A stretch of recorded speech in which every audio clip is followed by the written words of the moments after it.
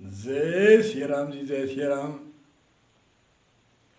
हमारे आज युवा वर्ग है। वर्तमान में युवा वर्ग को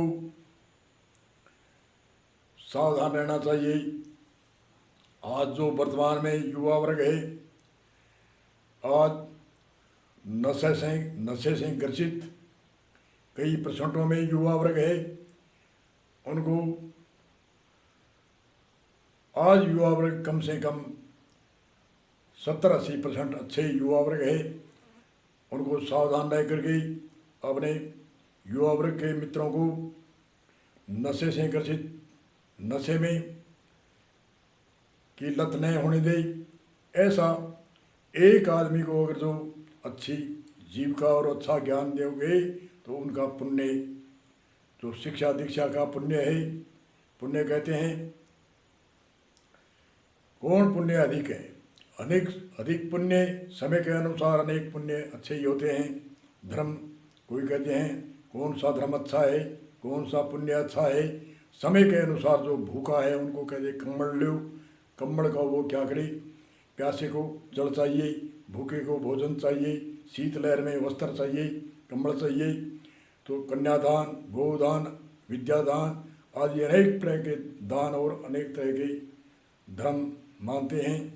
उन धर्मों में भी आज युवा वर्ग में जो शिक्षा दीक्षा का धर्म है वो एक धर्म है। आप भी धर्म नीति पर नशे से दूर रहे। हमारे भारत में प्रधानमंत्री ने घोषणा भी करी है युवा वर्ग को कि युवा वर्ग सावधान रहे और नशे से दूर रहे। नशे की लत है, उनसे दूर रहो। आजकल अनेक तरह के नशे हैं, उनके नाम मैं जानता भी नहीं पूरा। और आजकल के युवा वर्ग अंग्रेजी में और अनेक तरह के नशे की लत है, उन लत से दूर रहे। और 15-10% जो नशे की लत में है, जो छोड़ने के योग्य है, उनको छुड़ाओ, बाकी उनसे दूर रहो। और आज वर्तमान पीढ़ी है, उनकी भावी पीढ़ी, अगर जो वर्तमान पीढ़ी अच्छी होगी तो उनकी भावी पीढ़ी भी अच्छी होगी।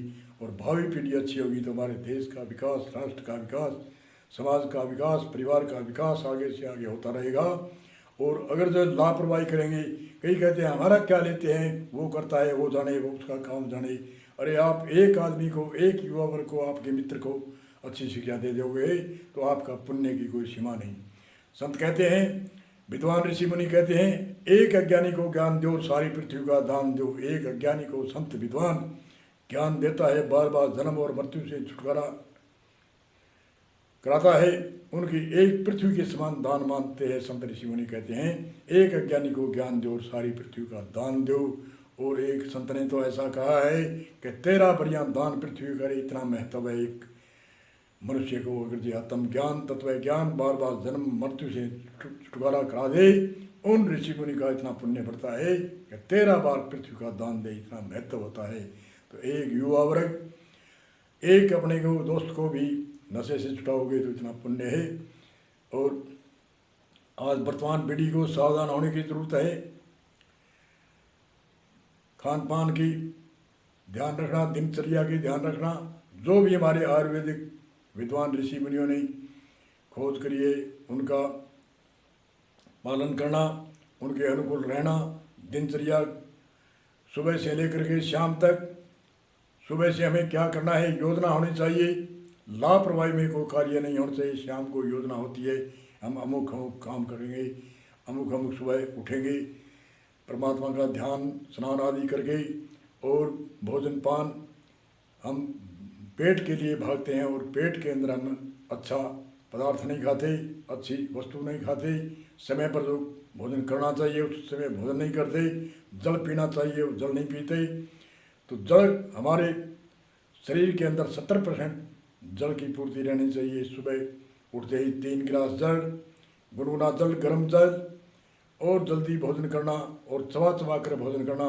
और भोजन में सलाद आदि 3% भोजन और 1% सलाद खाना जरूरी है। सुबह लेना है सलाद, फल खाना है सुबह, जूस लेना है सुबह, और दोपहर में तक छाछ दही आदि लेना है। और दोपहर के बाद में छाछ दही लेंगे तो हमारे अनेक तरह की बीमारियां, जिसका नाम मैं नहीं ले सकता और लेता भी नहीं हूँ, क्योंकि वह घातक घातक बीमारी होती है, उनका नाम लेने में मुझे शर्म आती है। इसलिए शाम को जो चीज़ ऋषि मुनि बताते हैं वह चीज़ अनिवार्य है, उन अनिवार्य वस्तुओं को नहीं खाना चाहिए, हल्का भोजन। और सुबह अलाथी पलाथी मार के 9 बजे से 8 बजे से पहले भोजन, गर्मियों में 8 बजे से पहले और सर्दियों में 9 बजे से पहले भोजन अलाथी पलाथी मार के चबा करके और अच्छी तरह से भोजन खाएगा। और दोपहर में खाएगा तो शाम को स्वाभाविक ही कम भोजन की इच्छा हुई, और कम भोजन शाम को खाने से हमारा स्वास्थ्य अच्छा रहेगा। इसलिए युवा पीढ़ी, युवा वर्ग को बोलचाल की भाषा में, खान पान की भाषा में सावधान रहना है। बोलचाल की भाषा में ऐसी शब्द बोलने हैं जो बोली एक अमोल है, जो कोई जाने बोल। बोली ही एक मौनी मंत्र है। मौनी मंत्र जो आजकल ट्यूशन बताने वाले जो कहते हैं वो नहीं है।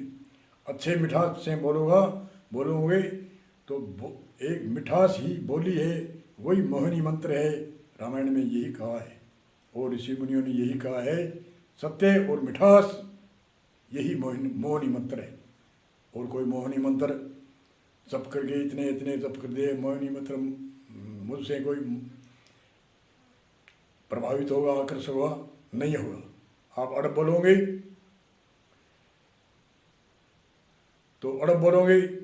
तो सत्य कितना ही बोलो, उससे कोई प्रभाव नहीं होगा। प्रभाव होगा मिठास और सत्य से।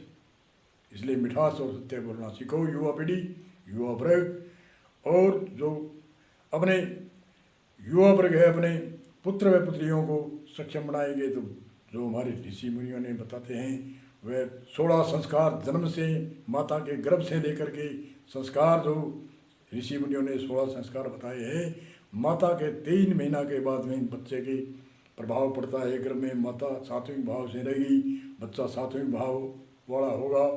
माँ अगर ये चिड़चिड़ा स्वभाव करेगी, बच्चा चिड़चिड़ा होगा। माँ सात्विक और मिठास और एकदम प्रसन्नचित्त रहेगी तो उनका बच्चा भी प्रसन्नचित्त रहेगा। और माता चिड़चिड़ी होगी, गुस्सेदार होगी, उनका बच्चा गुस्सेदार होगा। ये बचपन में पहला संस्कार है 16 संस्कार में। जैसे ही हमारे ऋषि मुनियों ने बताया है कि हिरण्याकश का पुत्र प्रहलाद जब माता के गर्भ में था, हिरण्याकश ने नारद मुनि को कहा कि हे नारद जी, आप महल में जाइए और भगवत कथा, सूरवीरों की गाथा, भक्तों की कथा और दानवीरों की गाथा सुनाइए। तो भक्तों की कथा नारद मुनि ने सुनाई। प्रहलाद भगत 5 वर्ष का ही भक्ति में लीन हो गया। ऐसी अनेक कथाएं, एक नहीं हजारों कथा है। तो माता के गर्भ से लेकर गई और 16 संस्कार में जब बच्चा बोलता है उसको पीछे बताया था पे फे पे पे मैं, माँ बाबा मामा आदि पे फे पे पे मैं के शब्द सिखाने चाहिए।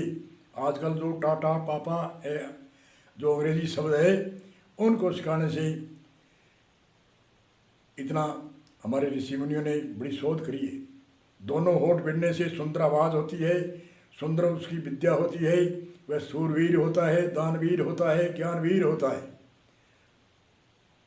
इसलिए हमारे ऋषि मुनियों ने पे पर दोनों होठ भिड़ते हैं उनके अक्षरों से शुरुआत करी बोली भाषा सीखने में। माँ कहते हैं दोनों होठ भिड़ते हैं, पिताजी कहते हैं दोनों होठ भिड़ते हैं, बाबा मामा आदि ये दोनों होठ भिड़े ऐसे शब्द और मिठास से।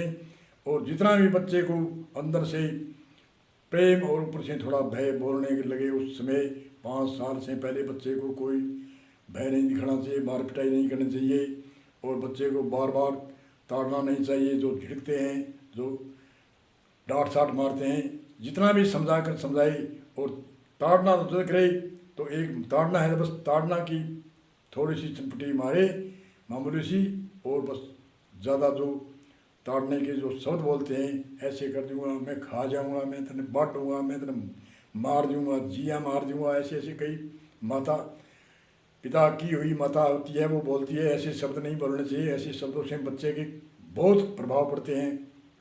वो देखता है ये कोई भाषा है और वो ऐसे ही बोलता है। तो इसलिए जितनी भी समझा सके दिमाग से, ठंडे दिमाग से, अच्छे सात्विक भाव से बच्चे को जितना भी उदाहरण दे करके समझाएगा, वह बच्चा बड़ा उत्तीर्ण होगा और बड़ा सात्विक होगा। तो इसलिए माता से पिता से लेकर के शिक्षा दीक्षा का बच्चा को ऐसे उत्थान करे, आगे भावी पीढ़ी को, जो आगे परिवार को, समाज को, देश को, राष्ट्र को जो भगत हो ऐसी ऐसी उसको शिक्षा देनी चाहिए। एक अक्षर विद्या ही नहीं, भारतीय संस्कृति का संस्कार भी, जो 16 संस्कार ऋषि मुनियों ने बताया है, ऋषि मुनियों ने बड़ा जोर दे करके कहा है, जननी जने तो संत जने के दाता के सूर, या तीनों बिन रहे बांधनी मति गमावो नूर। हे जननी, जननी जने तो संतों को जन्म दे, विद्वानों को जन्म दे, जो ज्ञानियों को, जो भारतीय जो संस्कार है उनको संस्कार देवी, विद्या देवी, उन ऋषि मुनियों को जन्म दे।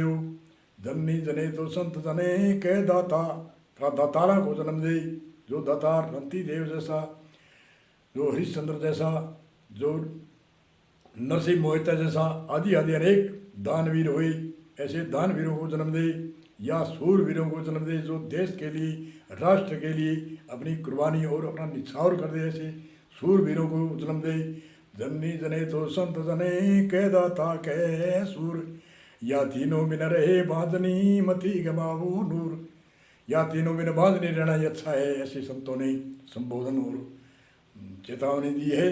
तो इसलिए युवा वर्ग को सावधान होकर के अपने आप को भी सक्षम बनाए और अपने परिवार को, पुत्र को, पुत्रियों को ऐसे सक्षम बनाए जो दानवीर हो, सूरवीर हो, ज्ञानवीर हो और भारतीय संस्कृति की सभ्यता हो, सनातन धर्म की उसकी परंपरा हो, ऐसा हमें उपदेश बच्चों को देना है आगे भावी पीढ़ी में।